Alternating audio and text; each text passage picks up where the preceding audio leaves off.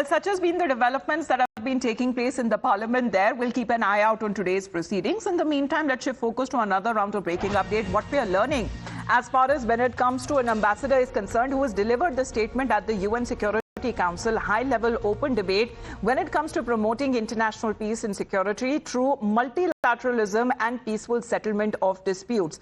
Pakistan seems to have seeped in fanaticism and also in terrorism, and this seems to be a serial borrower from the IMF. This is as far as India's stand is now concerned, calling out Pakistan on terror, on its economy, and saying that India has asserted when it comes to its stand at the UNSC. This is the Ambassador Harish, who seems to be slamming Pakistan hours after the Pakistani minister once again raked up the Kashmir issue.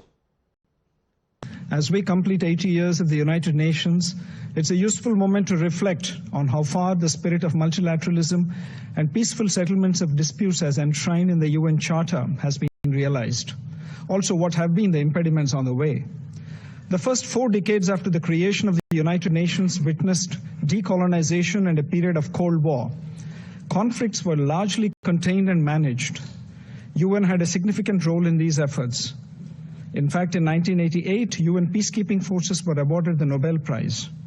The end of Cold War was followed by outbreak of a number of conflicts across continents. The nature of UN peacekeeping operations also started to change. In the recent decades, the nature of conflicts has transformed with the proliferation of non-state actors, often proposed and propped up as proxies by state actors, and cross-border funding, arms trafficking, training of terrorists, and spread of radical ideologies facilitated by modern digital and communication technologies.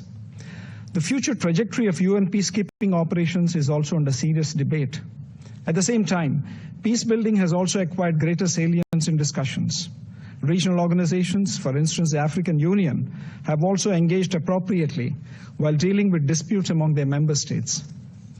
On the question of peaceful settlement of disputes, Chapter 6 of the UN Charter begins by a recognition that it is the parties to a dispute who must first of all seek a solution by peaceful means of their own choice. National ownership and consent of parties are central to any efforts to achieve peaceful resolution of conflicts.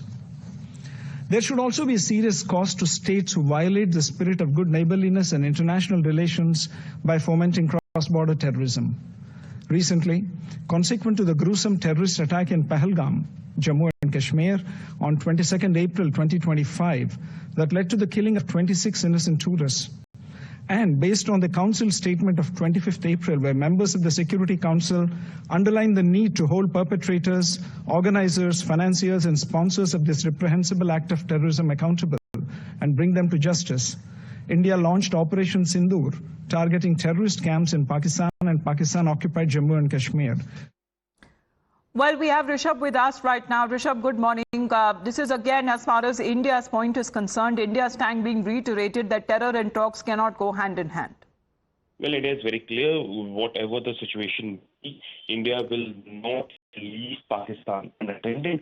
And that's the thing that we are seeing at the open discussion at UNSC as well. India calling out Pakistan on the global stage very categorically, showcasing that how Pakistan is, the hub of fanatism, terrorism, and has been backing the cross-border terrorism using the funds that have come in from IMF as well. And India right now not only wants to stop the terror funding, but also wants to ensure that Pakistan doesn't have the funds to fund these cross-border terrorism.